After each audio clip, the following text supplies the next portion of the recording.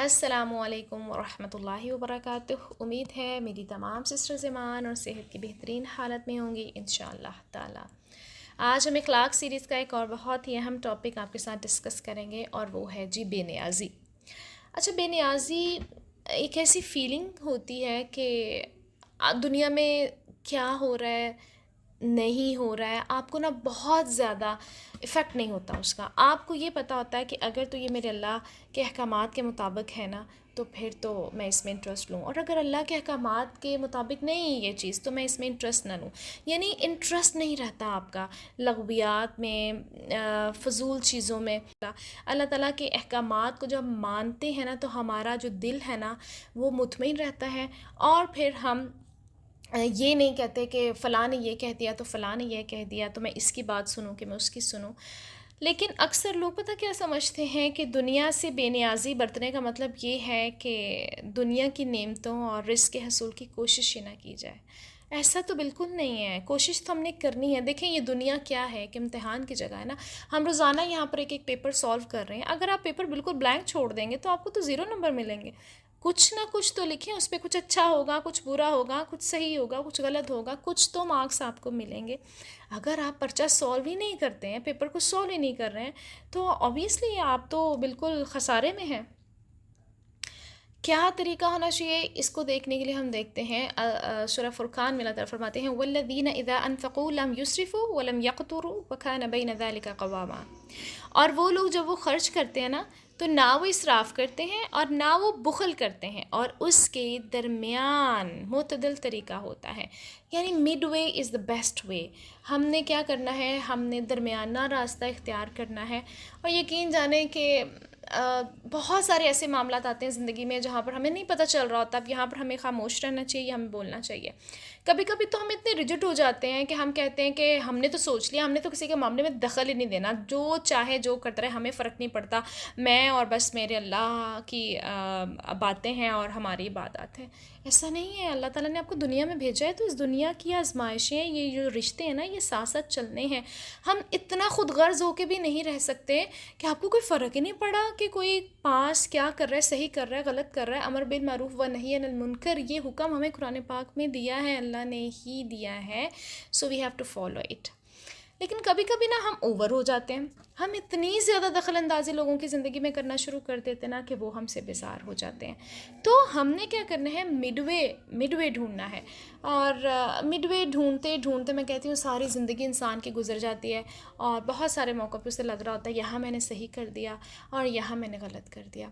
बेहतरीन इंसान मैं कहती हूँ वही है जो वक्त के साथ इंसान अपने आप को चेंज करे।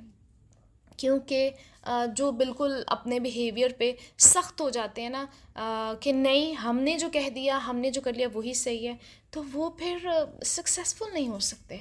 क्योंकि उनके अंदर बहुत सी कमियां हो जाती हैं। उनको लगता है हमारी ज़ात परफेक्ट हो गई है। तो परफेक्शन तो किसी में भी नहीं है, सिर्फ अल्लाह की ज़ात है जो परफेक्ट है। अच्छा, दुनिया की जो मालो दौलत है ना, ये भी एक आजमाइश का सामान है ना हमारे लिए।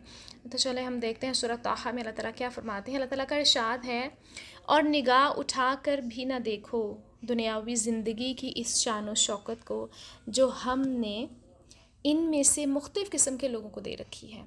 वो तो हमने उन्हें आजमाइश में डालने के लिए दी है, और तेरे रब का दिया हुआ रिस्क ही बेहतर और बाकी रहने वाला है।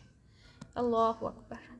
तो हम जिन चीज़ों को नेमतें समझ कर मज़े कर रहे होते हैं, बेशक वो नेमतें हैं, लेकिन इन नेमतों का जवाब भी तो हमें देना है ना। कुरान पाक में क्या आता है, वला तुसअलुन्ना यौमइज़िन अनिन नईम, कि तुमसे उस दिन फिर पूछा जाएगा इन नेमतों के बारे में, तो क्या जवाब देंगे हम।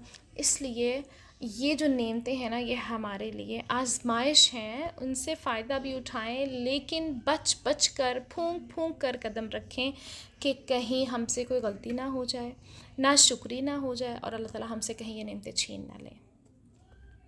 अब अमीरी जो होती है ना, वो सिर्फ़ हम समझते हैं कि मालो दौलत, पैसा हमारे पास आ जाए तो हम अमीर हो गए। नहीं, दिल का गनी होना जो होता है ना, वो है असल अमीरी। नबी अकरम सल्लल्लाहु अलैहि वसल्लम ने फरमाया, अमीरी ये नहीं है कि सामान ज़्यादा हो, बल्कि अमीरी ये है कि दिल गनी हो।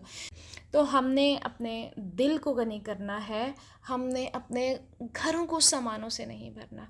सीना जो है ना, वो भी हमने गिना से भरना है।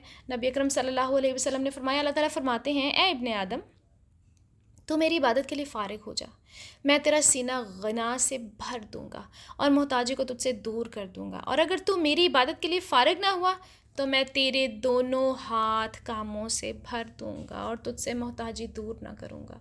अल्लाह अकबर। ये जो हदीस है ना, ये मुझे बहुत ही पसंद है और इट्स माय पर्सनल एक्सपीरियंस अल्हम्दुलिल्लाह कि वाकई जब हम अल्लाह ताला की इबादत में लग जाते हैं ना, तो सारे काम आसान हो जाते हैं।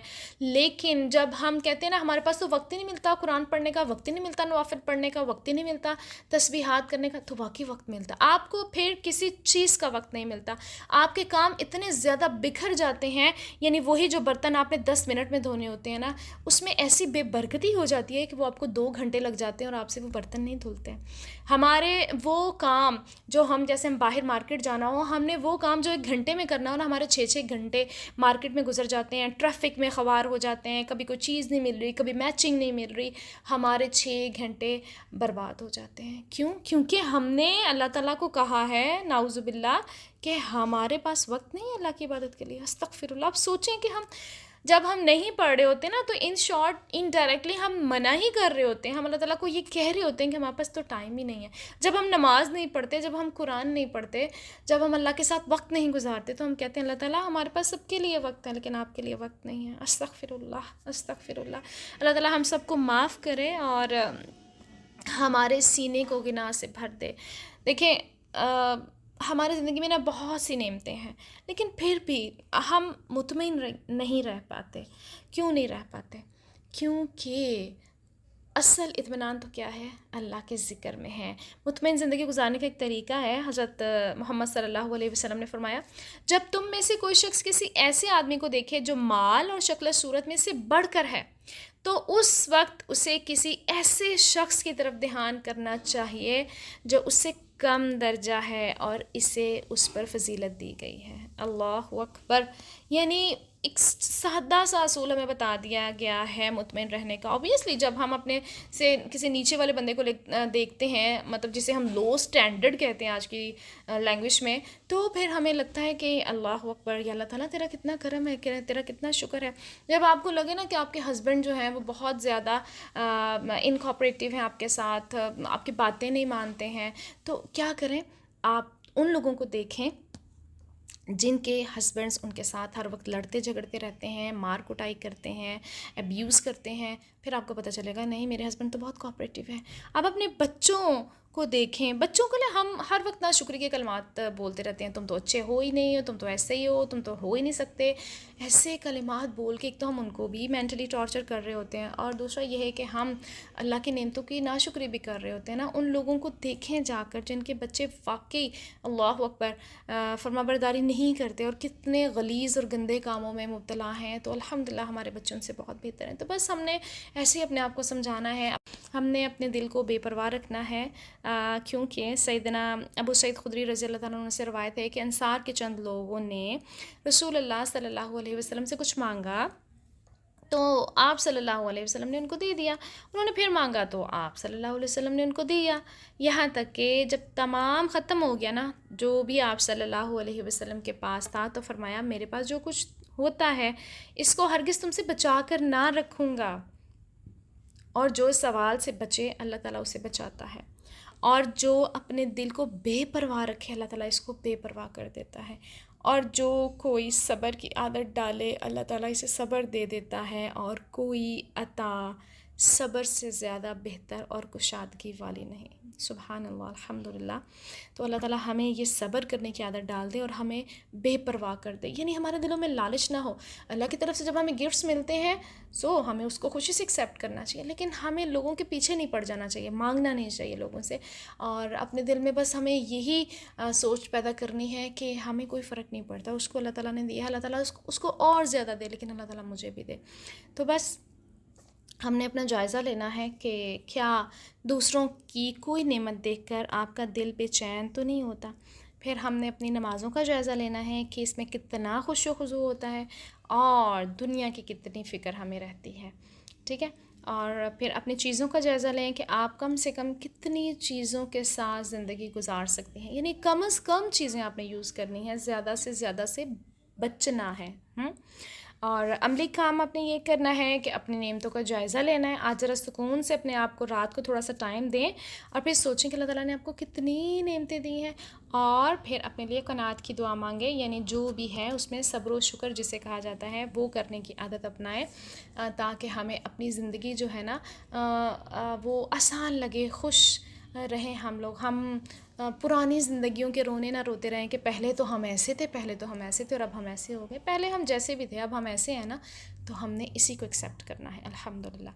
चलिए अपना बहुत ख्याल रखिएगा, फिर मिलेंगे इंशाअल्लाह। जज़ाकमुल्लाहु खैरन कसीरा।